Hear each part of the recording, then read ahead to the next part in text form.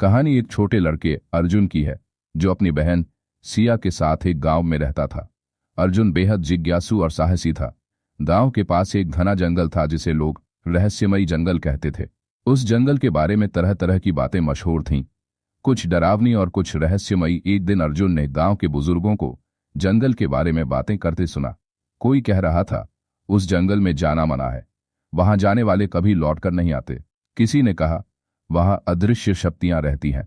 ये सुनकर अर्जुन का जिज्ञासा बढ़ गई।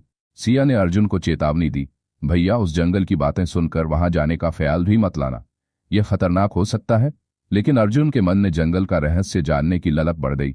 अगली सुबह अर्जुन ने अपनी छोटी सी झोली में कुछ खाना और पानी रखा और बिना किसी को बताए जंगल की ओर निकल पड़ा। जैसे ही वह जंगल में दाखिल हुआ, चारों ओर से पक्षियों की आवाजें सुनाई देने लगीं, लेकिन जंगल की हरियाली और शांति उसे खींचने लगी। कुछ ही देर में अर्जुन को अजीब अजीब आवाजें सुनाई देने लगीं। अचानक उसे एक पुराने पेड़ के पास एक चमकता हुआ पत्थर दिखा। वह पत्थर इतना चमकदार था कि उसकी आंखें चौंधिया गईं। जब अर्जुन ने उस पत्थर को छुआ तो अचानक जमीन हिलने लगी। पास ही एक गुफा का दरवाजा खुल गया। अर्जुन ने हिम्मत जुटाई और गुफा के अंदर चला गया। गुफा के अंदर अजीब अजीब चीजें थीं। दीवारों पर रहस्यमयी चित्र बने हुए थे और बीच में एक चमचमाती किताब रखी थी। अर्जुन ने जैसे ही किताब खोली, उसमें से एक तेज रोशनी निकली। किताब में लिखा था, यह जंगल तुम्हारी परीक्षा देने आया है। अगर तुमने सही रास्ता चुना तो तुम्हें एक अनमोल खजाना मिलेगा। जंगल ने अर्जुन से पहला सवाल किया, अगर तुम्हें किसी का सामना करना पड़े तो तुम क्या करोगे, भागोगे या डटकर सामना करोगे? अर्जुन ने तुरंत कहा, मैं डटकर सामना करूंगा। इतना कहते ही सामने एक बड़ा सांप आ गया। अर्जुन घबराया, लेकिन उसने अपनी छड़ी उठाई और सांप को डराकर भगा दिया। जंगल की आवाज आई, तुमने पहली चुनौती पार कर ली है। आगे बढ़ते हुए अर्जुन एक झील के पास पहुंचा। झील के बीचों बीच एक छोटी सी नाव थी, लेकिन झील के पानी में मगरमच्छ भरे हुए थे। अर्जुन को नाव तक पहुंचना था। अर्जुन ने सोचा, डरने से कुछ नहीं होगा, मुझे सही तरीका निकालना होगा। उसने झील के किनारे पड़े एक लकड़ी के तने का इस्तेमाल किया और धीरे धीरे नाव तक पहुंच गया। झील ने कहा, तुमने अपनी बुद्धिमानी और दिल की शक्ति से दूसरी चुनौती भी पार कर ली है। जब अर्जुन तीसरी चुनौती के लिए आगे बढ़ रहा था, तभी उसकी बहन सिया जंगल में उसे ढूंढते हुए पहुंच गई। सिया ने अर्जुन को डांटा, तुम क्यों यहां आए? यह जगह खतरनाक है। अर्जुन ने सारी बातें बताईं। सिया ने कहा, मैं तुम्हारे साथ हूं, जो भी होगा हम साथ में करेंगे। जंगल ने तीसरी चुनौती दी, तुम्हें अपनी बहन को बचाने के लिए अपने डर का सामना करना होगा। अर्जुन और सिया को एक अंधेरी गुफा में भेज दिया गया। वहां उन्हें एक दैत्य का सामना करना पड़ा। दैत्य ने कहा, अगर तुम सच्चे दिल से मेरी मदद करोगे तो मैं तुम्हें खजाने का रास्ता दिखाऊंगा। अर्जुन ने दैत्य से पूछा, तुम्हारी क्या समस्या है? दैत्य ने कहा, मुझे इस जंगल की ताकत ने कैद कर दिया है। अगर तुम वह जादुई किताब लेकर वापस जाओगे और सही मंत्र पढ़ोगे तो मैं आजाद हो जाऊंगा। अर्जुन ने किताब उठाई और मंत्र पढ़ा। गुफा में तेज रोशनी छा गई और दैत्य एक साधारण आदमी में बदल गया। उसने अर्जुन और सिया को खजाने का रास्ता दिखाया। अर्जुन और सिया को खजाने के रूप में एक जादुई फूल मिला। जंगल की आवाज आई, यह फूल तुम्हें जीवन में साहस, बुद्धि और अपने प्रियजनों के लिए निस्वार्थ प्रेम की ताकत देगा।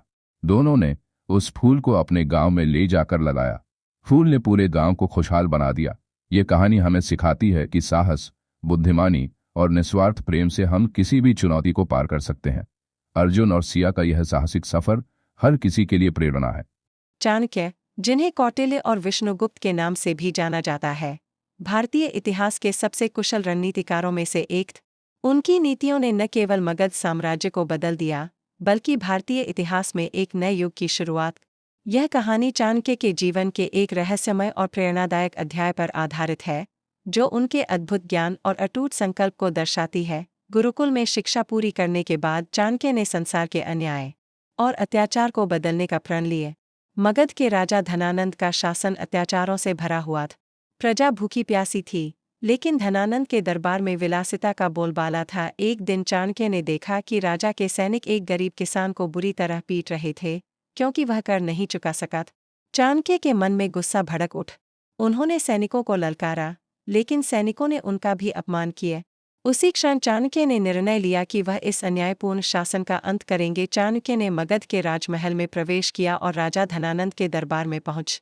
उन्होंने राजा को सीधे चुनौती दी, एक राजा का धर्म है प्रजा का पालन करना, न कि उनका शोष। धनानंद उनकी बात सुनकर हंसा और बोला, ब्राह्मण, तुम्हारे जैसे छोटे लोग राजा को सिखाएंगे कि शासन कैसे किया जाता है। इस अपमान से चाणक्य ने अपनी चोटी खोल दी और कहा, जब तक तुम्हारे इस अन्यायी शासन का नाश नहीं कर दूंगा, तब तक अपनी चोटी नहीं बांधूंगा। चाणक्य ने मगध छोड़ दिया, लेकिन उनके मन में बदले की आग जल रही थी। उन्होंने अपने शिष्यों को इकट्ठा किया और एक गुप्त योजना बनानी शुरू। उन्होंने चंद्रगुप्त मौर्य नामक एक बुद्धिमान और साहसी युवक को चुना, जिसे उन्होंने शासक बनाने का निर्णय लिया। चाणक्य ने चंद्रगुप्त को राजनीति, युद्ध और कूटनीति के हर पहलू में प्रशिक्षित किए।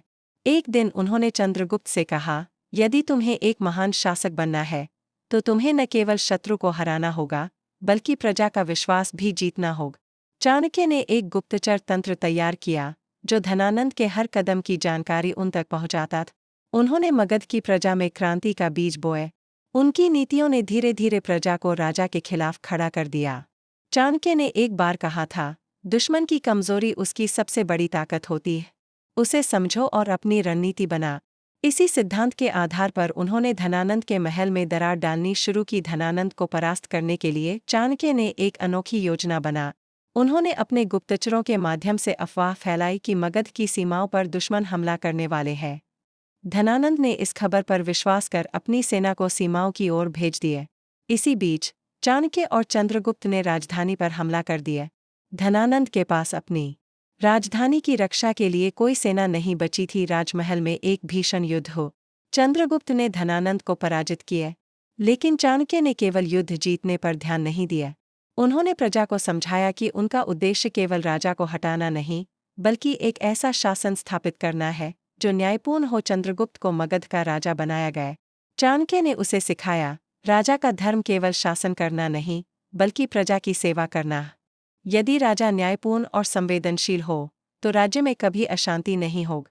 चाणक्य ने अपनी चोटी बांधी और कहा, हर समस्या का समाधान बुद्धि, धैर्य और दृढ़ संकल्प से संभव है। यह कहानी केवल चाणक्य के ज्ञान और नीतियों की नहीं, बल्कि उनके अटूट साहस और दृढ़ता की है। चाणक्य हमें सिखाते हैं कि जब तक हमारे पास उद्देश्य और अनुशासन हो, तब तक कोई भी बाधा हमें रोक नहीं सकती। यह कहानी हमें प्रेरणा देती है कि हर व्यक्ति अपने संकल्प और बुद्धिमानी से समाज में बदलाव ला सकता है।